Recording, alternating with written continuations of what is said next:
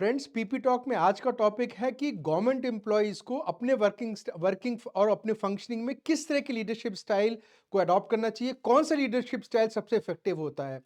जब मैंने 1996 में पहली पोस्ट की, एसडीएम की पोस्ट की, तो उस समय मैंने रियलाइज किया कि मेरे पास अराउंड टीम है 2 से 3 हजार लोगों की। 2000 3 हजार एम्प्लॉयज मेरे साथ हैं। और अगर 2 से 3 हजार लोग हैं तो डेफिनेटली एक वर्किंग स्टाइल और लीडरशिप स्टाइल होगा। तो ये क्वेश्चन हर एक गवर्नमेंट एम्प्लॉय, चाहे वो किसी भी लेवल में है, एक तहसीलदार है उनके पास भी एक 50 से 100 एम्प्लॉयज का एक टीम होती है। एक इंस्पेक्टर होते हैं उनके पास भी 100 से 150 एम्प्लॉयज की एक टीम होती है। तो लीडरशिप स्टाइल एक गवर्नमेंट एम्प्लॉय के लिए एक चैलेंज होता है और हमेशा इसके बारे में सोचते हैं। तो कौन सा हर एक आदमी ये सोचता रहता है कि कौन सा जो लीडरशिप स्टाइल है जो सबसे इंपैक्टफुल है, सबसे इफेक्टिव है। सबसे एक लीडरशिप स्टाइल का मतलब क्या होता है कि जैसे कि अगर हम किसी भी एक गवर्नमेंट एम्प्लॉय के बारे में, सिविल सर्वेंट के बारे में सोचें, तो हमें उसकी फंक्शनिंग की, उसके वर्किंग स्टाइल से कौन सा ऐसा सेंटेंस है और कौन सा ऐसा वर्ड है जो रिकॉल होता है, जिससे हम उनको रिकॉल करते हैं। फॉर एग्जाम्पल, हमारे देश के सबसे जो टॉक्ड अबाउट सिविल सर्वेंट हैं वो है शायद टी एन शेषन सर। और अगर हम टी एन शेषन सर के बारे में सोचें तो जो रिकॉल वैल्यू आती है वो वैल्यू आती है अथॉरिटेरियन की, एक कंट्रोल कंट्रोल करने के, डिसिप्लिनरी की, कि उन्होंने टी एन शेषन सर ने अपने अपने लीडरशिप स्टाइल से पूरी functioning, the way election commission और डिस्ट्रिक्ट्स में इलेक्शन होता था, पूरे उसको उन्होंने चेंज किया। बहुत इफेक्टिव लीडरशिप उन्होंने दी, तो उसको हम एक स्टाइल कह सकते हैं। तो ये क्वेश्चन मुझे 96 से हमेशा, ये क्वेश्चन बार बार मेरे दिमाग में आता था कि कौन सा सबसे इफेक्टिव स्टाइल होता है। और उसके लिए मैं अपने सारे सीनियर्स को, अपने पीयर को, जूनियर्स को मैं बहुत क्लोजली ऑब्जर्व करता रहता था। और मैंने शायद 30 साल में बहुत लोगों के लीडरशिप स्टाइल को ऑब्जर्व किया। मैं इसको थ्योरेटिकल फ्रेमवर्क को समझने के लिए भी मैंने 1 वीक का हार्वर्ड बिजनेस स्कूल में कोर्स किया और 1 साल का कोर्स मैंने Maxwell school of public policy USA में भी किया। तो अगर हम सारे इन इन जो जितने भी मैंने जितने भी अपने बॉसेस को या अपने पीयर को या अपने जूनियर्स को देखा, उन सब के वर्किंग स्टाइल, जो उनकी जो लीडरशिप स्टाइल और वर्किंग स्टाइल बोल सकते हैं, उनको अगर मैं उन सारे स्टाइल्स को अगर मैं बकेट्स में रखना चाहूंगा और एरियाज में रखना चाहूंगा, तो मैं उनको 10 डिफरेंट टाइप के एरियाज में में रख सकता हूँ। 10 डिफरेंट टाइप की कैटेगरी में उन सबको कैटेगराइज कर सकता हूँ। इसका मतलब ये मतलब कि अगर उनके बारे में मैं अगर सोचूं किसी एक के बारे में, तो कौन सा वर्ड मेरे दिमाग में पहले आता है, वो उसको मैं फिर उस कैटेगरी में रखता हूं। तो ये 10 कैटेगरीज क्या हैं, कौन कौन से 10 डिफरेंट वर्किंग स्टाइल और लीडरशिप स्टाइल मुझे पिछले 30 साल में गवर्नमेंट में करते हुए में रहते हुए मेरे सीनियर्स में, सबॉर्डिनेट्स में या मेरे पीयर्स में मुझे दिखा। तो पहला लीडरशिप स्टाइल जो मुझे दिखा, बहुत सारे मेरे बॉसेस या मेरे पीयर्स ऐसे थे जो हम जिनका फोकस हमेशा रहता है एजेंडा सेटिंग। उनका मानना यह है कि agenda setting is the most important thing for any government employ. बार बार उसे अपने टीम मेंबर्स को agenda, what is our destination, क्या है हमारा डेस्टिनेशन, बार बार वो रोज अपने अपने अपने टीम मेंबर्स को, अपने सबॉर्डिनेट्स को, अपने पीयर्स को हमेशा वो याद दिलाते रहते हैं। उन सब लोगों का ऐसा मानना रहता है कि हम गवर्नमेंट में काम करते रहते हैं, हम एक एक रोड पे चल रहे हैं, बट रोड कहाँ जा रही है, उसका डेस्टिनेशन क्या है, कभी कभी हमें मालूम ही नहीं चलता, बस कर रहे हैं, going through the motion, going through the process. तो वो सही नहीं है। हमेशा रोज अपने आप को रिमाइंड करना चाहिए डेस्टिनेशन क्या है। एक मेरे बॉस बोला करते थे कि हम कभी कभी तो ऐसा हो जाता है कि हम गवर्नमेंट में एक मंकी की तरह काम करते हैं, जो एक दो पेड़ हैं, दोनों पेड़ों के बीच में वो मेहनत करके एक पेड़ से दिमाग ला के दूसरे पेड़ पे जा रहा है, दूसरे पेड़ से दिमाग ला के पहले पेड़ पे जा रहा है, और विदाउट रियलाइजिंग कि पेड़ दोनों वहीं पर हैं, बट ये मंकी एक जगह से दूसरी जगह जा रहा है। इसलिए डेस्टिनेशन, जो बोलते हैं दिशा, agenda, that is the most important work of a government employ. तो ये एक हॉलमार्क रहा वैसे सारे लोगों का, जिनको मैं इस कैटेगरी में डालता हूं। जो सेकंड कैटेगरी के लोग मुझे जो गवर्नमेंट में मिले, वो ये थे, वो प्रोसेस और कंटेंट, उनका मानना था कि गवर्नमेंट में प्रोसेस और कंटेंट के बारे में हमेशा हमें द लीडर को परफेक्ट होना चाहिए। इन द सेंस कि कोई भी इन इन इन टाइप के लीडर से अगर हम कोई भी एक्ट पूछें, कोई रूल पूछे, वर्बटम पूरा बता देंगे। कोई भी इनके इनके थ्रू कोई भी फाइल जाती है तो उस फाइल का वो बैक टू बैक, चाहे वो नोट फाइल हो, चाहे एनेक्चर्स हो, रिपोर्ट हो, सब कुछ पढ़ेंगे। कोई भी एक्ट में कोई भी क्वेरी चाहिए, he is the person to reach out to. So उनका मानना है कि ये नॉलेज गवर्नमेंट के जो लीडर्स होते, जो एग्जीक्यूटिव लीडर्स होते हैं, गवर्नमेंट में जो जो एम्प्लॉयज़ होते हैं, उनको they should be the most knowledgeable people in the system. और वही एक लीडर की निशानी है गवर्नमेंट सिस्टम में और गवर्नमेंट एम्प्लॉय सिस्टम में। सो इस कैटेगरी के जितने भी मेरे मैं जिन लोगों से मैं मिला गवर्नमेंट में, वो इसको बिलीव करते थे कि प्रोसेस और कंटेंट सबसे इंपॉर्टेंट है। सो ये सेकेंड कैटेगरी के गवर्नमेंट लीडरशिप स्टाइल थी गवर्नमेंट एम्प्लॉयज़ में। द थर्ड जो थी, उसमें मैंने पाया बहुत से ऐसे थे हु यूज्ड टू बिलीव कि main thrust should be on A team building. A leader should be compassionate, mentor, team builder, sensitive। इस तरह के जो मेरे बॉसेस मिले और इस तरह के मेरे और जो मेरे कोलीग्स मिले, वो थे, वो अपने एम्प्लॉयज़ से इतने इतने सेंसिटिव रहते थे कि शायद 6, साढ़े 6, 7 बजे तो वो पूछते थे कि आपके पास घर जाने के लिए लास्ट मेट्रो है कि नहीं है, बस है कि नहीं, मैं आपको छोड़ देता हूँ, मेरा घर भी पास में ही है, ड्यू टूर कर दूंगा।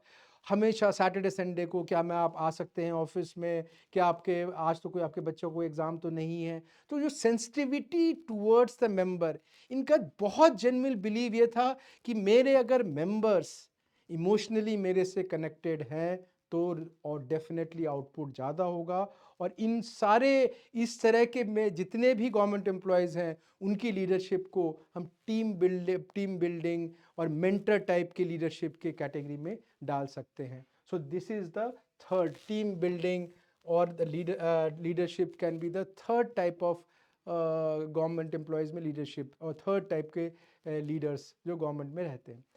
तो फोर्थ टाइप मुझे मिला, वो था कि रिजल्ट ओरिएंटेड। ठीक है प्रवीण, ये सब all that is okay, where are the numbers. For example मेरे एक बॉस थे, बोलते थे ठीक है ये सब तो ठीक है, you are suppose to construct houses for the poor, कितने घर बने, कितने लोगों ने ऑक्यूपाई किया, ये बताओ, बाकी सारे ठीक चीज है, ये किया वो किया etcetera etcetera, please tell me where are the numbers. So इनका इस कैटेगरी के जो गवर्नमेंट में लीडर्स रहते हैं, उनका ये मानना रहता है कि the focus should be on output. अगर आउटपुट है, नंबर्स है, इसका मतलब कि सिस्टम ठीक काम कर रहा है, ऑर्गेनाइजेशन ठीक ठीक काम कर रहा है और डिपार्टमेंट ठीक काम कर रहा है। तो this is the fourth type of leadership style, the leadership style which focuses on the result, numbers, actual numbers. The fifth type of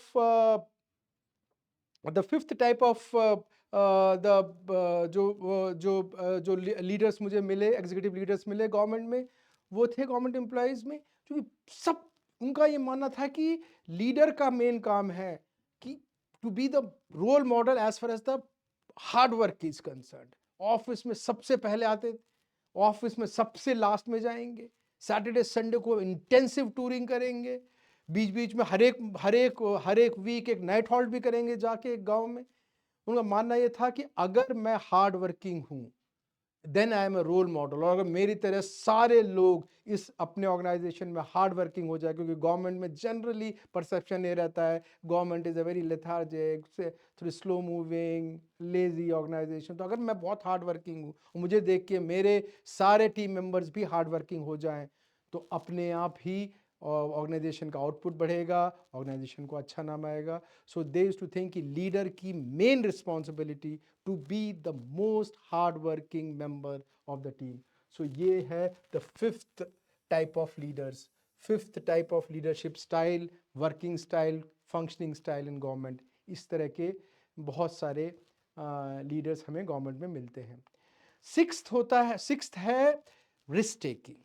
उनका कहना है कि जनरली गवर्नमेंट में बहुत स्टेबल, रिस्क अवर्स, रिस्क नहीं लेते लोग, क्योंकि गवर्नमेंट एम्प्लॉयज़ का मानना है कि गवर्नमेंट हम आए ही हैं क्योंकि एक श्योरिटी के लिए आए हैं, इतने टफ कंपटीशन के बाद आए, 30 साल की श्योरिटी है, प्रमोशन एश्योर्ड है, तो भाई मैं क्यों, और मैं लास्ट में ही बेस्ट पोजीशन करूंगा अपनी डिपार्टमेंट की, अपने अपने सर्विस की, तो why should we take risk? So risk generally लोग डिपार्टमेंट में नहीं लेते। तो इस लीडर का मानना है कि मेरी रिस्पॉन्सिबिलिटी है कि सिस्टम में जहां जहां रिस्क है वो मैं लूंगा, दैट्स माय रिस्पॉन्सिबिलिटी, और उससे ऑर्गेनाइजेशन का आउटपुट बढ़ेगा।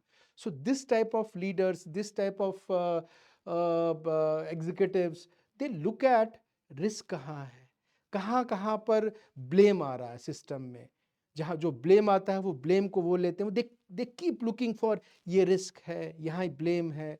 आई यूज टू से कि इस तरह के leaders are like Lord Shiva, वो हमेशा जहाँ कहाँ कहाँ पॉइजन है वो पॉइजन को देखते रहते थे और सारे पॉइजन को लेना है। उनका कहना है यही मेरी मेन रिस्पॉन्सिबिलिटी है, और दैट इज, दे से कि that is the main attribute of a leader. So risk taking leadership के एट्रीब्यूट के भी हमें बहुत सारे ऐसे लीडर्स हमें गवर्नमेंट में मिलते हैं। The next seventh type is discipline authority. उनका मानना है कि मेन, अगर लीडर डिसिप्लिन को सिग्निफाई करता है ऑर्गेनाइजेशन में, तो अपने आप ही government is in continue, government is a continuous process, government का प्रोसेस बहुत लंबा होता है, भूतो भविष्य तो गवर्नमेंट तो रहेगी, तो गवर्नमेंट में काम करते करते अगर अगर लीडर जो है वो डिसिप्लिन दिखा, अथॉरिटी, डिसिप्लिन, टाइम पे आना, पंक्चुअल, टाइम पे आना, टाइम पे मीटिंग फिनिश होती, प्रोफेशनल तरीके, 30 मिनट मीटिंग है, 30 मिनट में खत्म कर दो, आज अगर इवनिंग तक फाइल आनी तो अब इवनिंग तक फाइल कर अप्रूव कर देंगे, हमेशा किसी भी indiscipline, zero tolerance to indiscipline, authority से किसी अगर बता दिया गया है तो बस उसी तरीके से, उनका मानना है कि इतना बड़ी सिस्टम्स होती हैं गवर्नमेंट में, अगर हम गवर्नमेंट में रेजोनेंस चाहिए, हाई रिजल्ट चाहिए, so it there has to be discipline, otherwise everybody gets lost.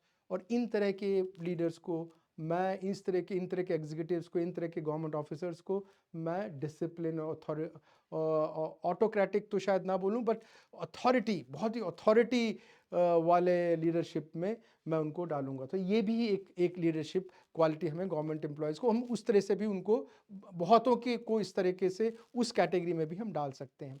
Next is, बहुत सारे मुझे ऐसे भी मिले गवर्नमेंट एम्प्लॉयज़ जिनकी लीडरशिप वॉज वेरी इनोवेटिव।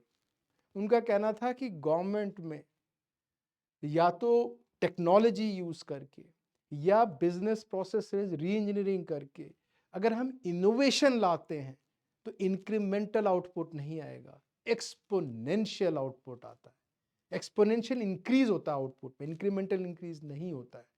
तो वो हमेशा, उन्हें कोई भी किसी भी डिपार्टमेंट में पोस्टिंग करते हैं, कहीं भी करते हैं, वो सोचते रहते हैं क्या इनोवेशन लाना है, क्या इनोवेशन लाना है, क्योंकि उनका कहना है कि बजट तो सेम ही है, लोग सेम ही है, इनोवेशन से ही एक्सपोनेंशियल ग्रोथ आएगी।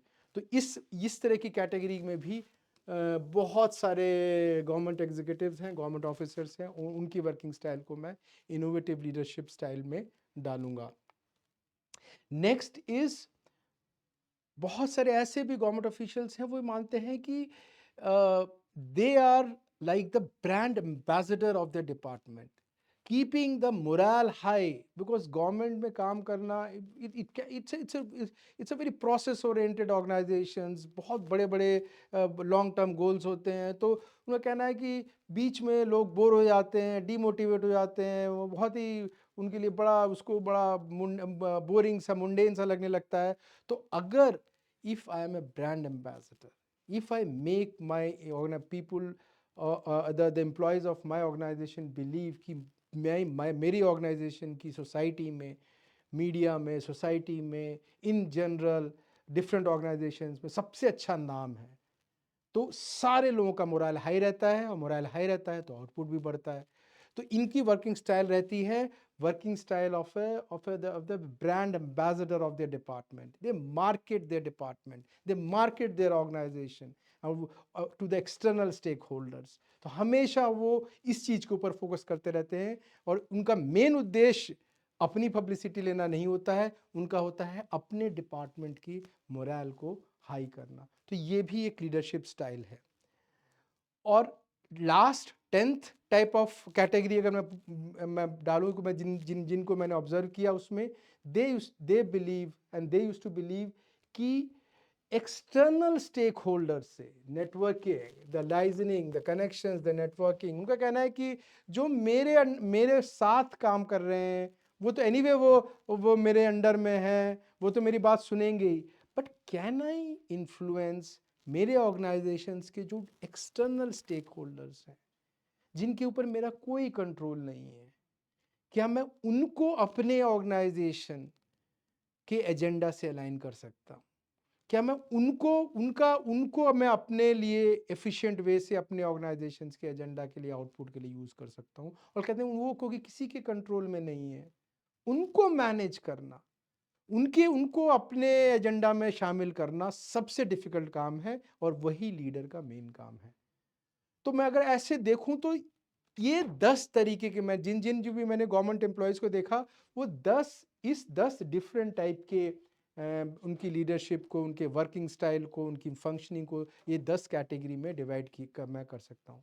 तो क्वेश्चन अब ये है कि इन 10 लीडरशिप स्टाइल में, 10 इस इन दिस 10 टाइम की जो वर्किंग स्टाइल है और फंक्शनिंग स्टाइल है, इसमें सबसे इम्पैक्टफुल कौन सी है? क्या सबसे इम्पैक्टफुल एजेंडा सेटिंग वाली जो वर्क स्टाइल है वो सबसे इम्पैक्टफुल है? क्या प्रोसेस एंड कंटेंट पे जो फोकस करते हैं वो वाली वर्किंग स्टाइल सबसे इम्पैक्टफुल है?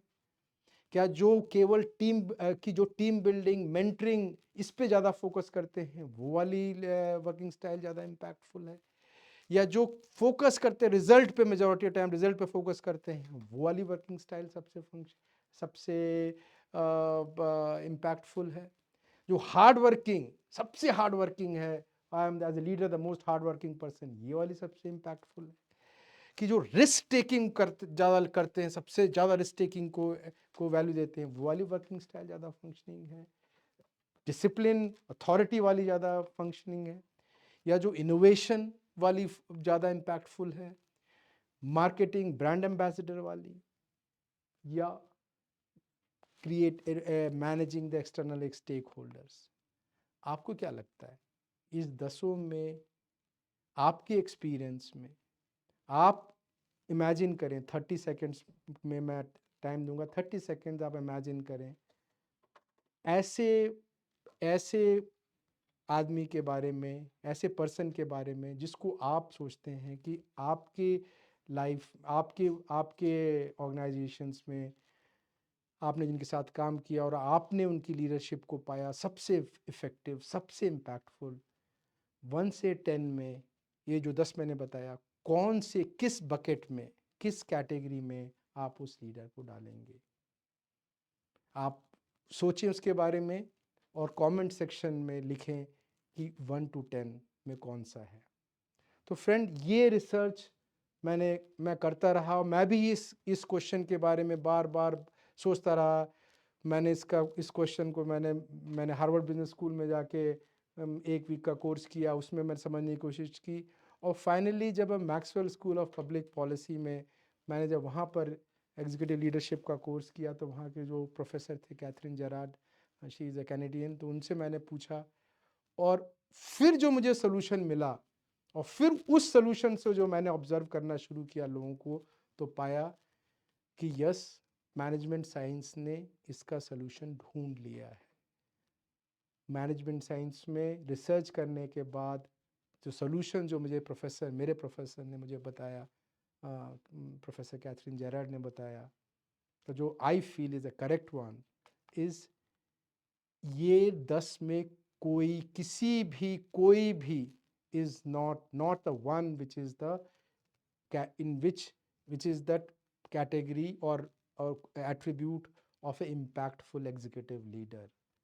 Impactful executive leader वो है जो डायनामिक है, जिसकी अडेप्टेबिलिटी लेवल हाई है। वो इन 10 में, वो कोई भी style, depending on the situation,